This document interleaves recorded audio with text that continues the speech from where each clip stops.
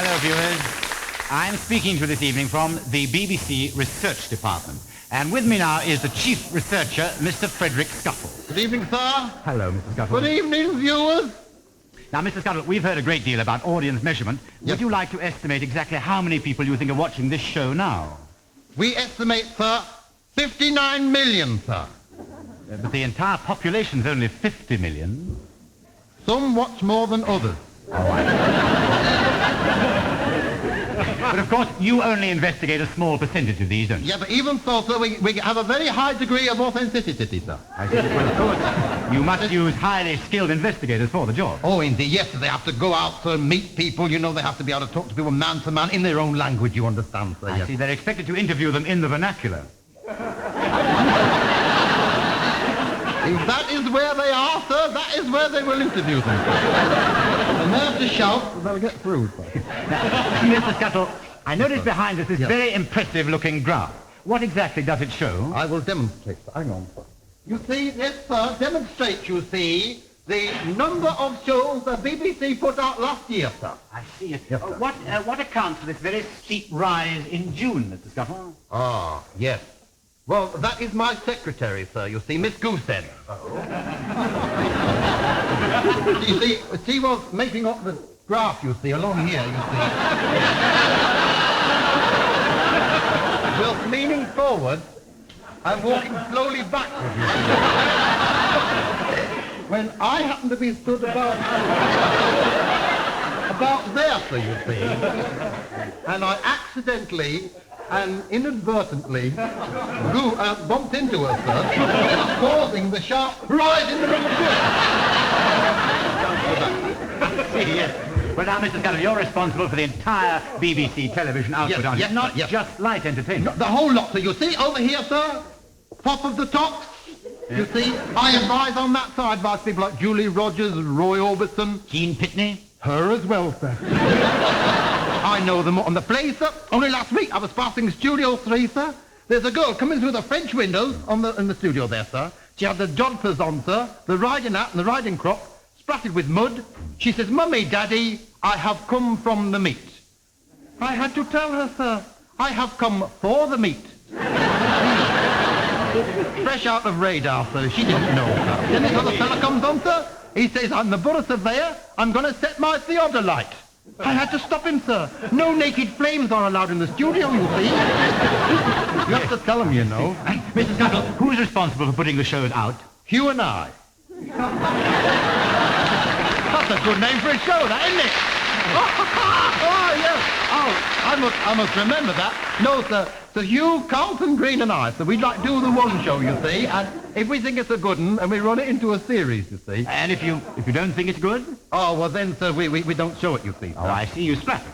No, we don't scrap it, sir. We save it to show would-be producers, you see, how not to put a show together, you see. I must say I'd rather enjoy seeing some of those shows that never made it. Would you, sir? I'll get young Tom Sloan to show one or two for you, now? sir. Yes, he's on the thing. Yeah, come and sit down there, sir. Yeah? Yeah, won't be a second. I'll get him to... They're here on the thing. I'll just switch on. I'll get it done right through. Well, thank you, Mr. Scuttle. I expect you're as fascinated as I am.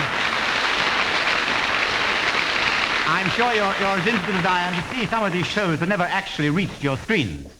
Yes, I think they're ready now, so let's just sit back and enjoy them, shall we?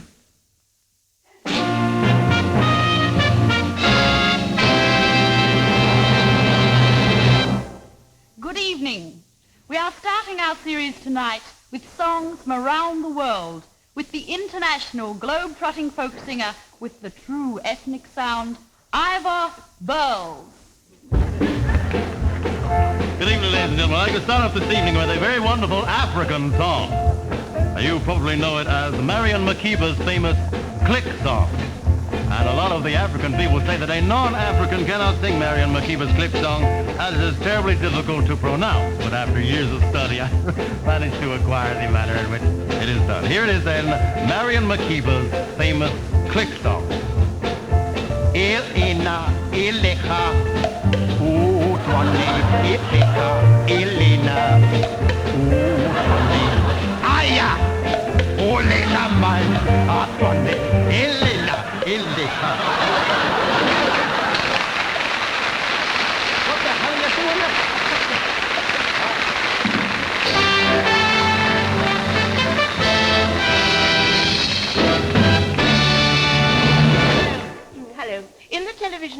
studios in Heidelberg is Baron von Fiedel, member of one of the oldest aristocratic families in Europe. Now, as his command of English is somewhat limited, or so he tells us, the Baron has asked that the questions be numbered, and he has his answers prepared, I believe, and also numbered. Yes, so I think now that we could fire away with the first question. Hello, Baron. How are you?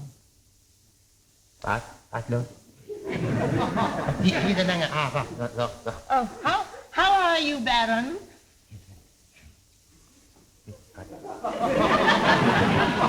Number one. There seems to be something a little bit wrong. I think we'll just carry on with question number 2. That's number 1. Is it true that you're coming to England soon?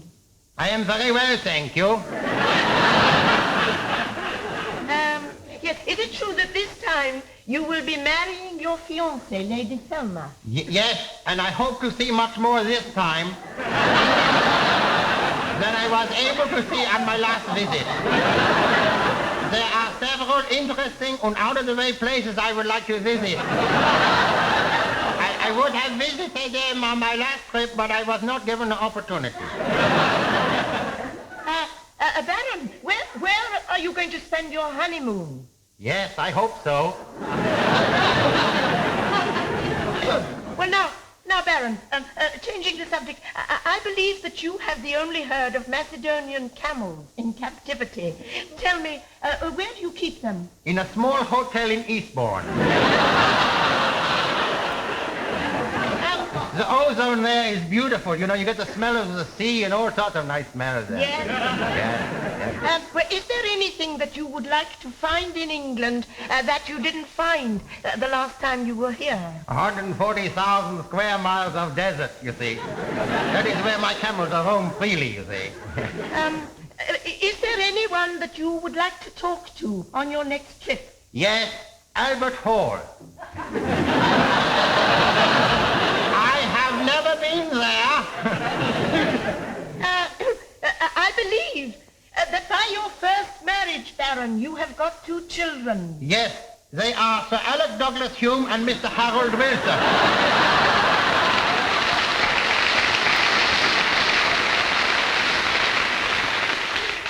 Will you be bringing them with you? Unfortunately, the eldest one has got the whooping cough. And the little fat round one has got the nappy rash. Thank you and good night, Baron. I won't be bringing them with me. I don't know what he's talking about. Thank you and good night. Bye, Lud. Ich bin meine Schule.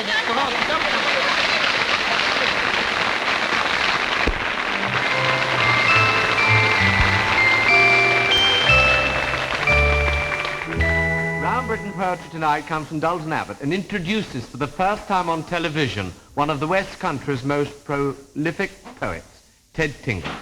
Tonight he brings a poem with a story, the story of an old man who finds it's never too late for a dream to become reality. Here then with the Old Fiddler is Ted Tingle.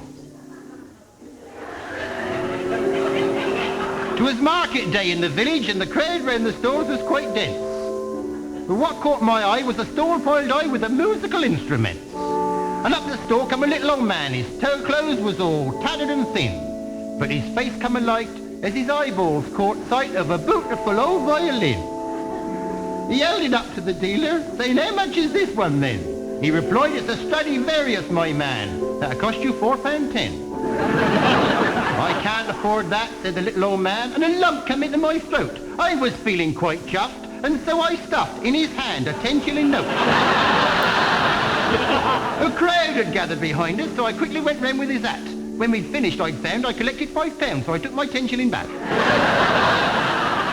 Well, we give the dealer the money, and the old man, so shabbily dressed, picked up the violin, stuck it under his chin, and he played like a man possessed.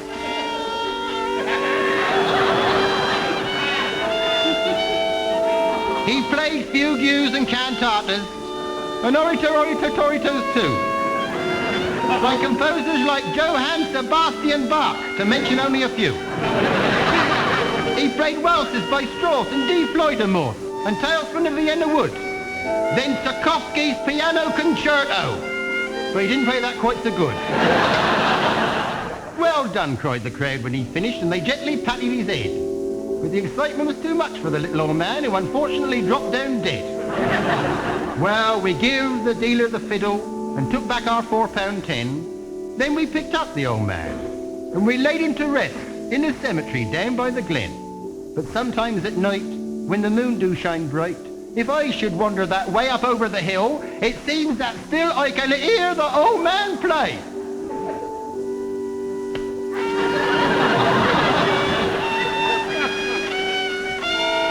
Yes, the words of that popular song ring true. For though the old man is gone, yes, though the song has ended, the melody lingers on.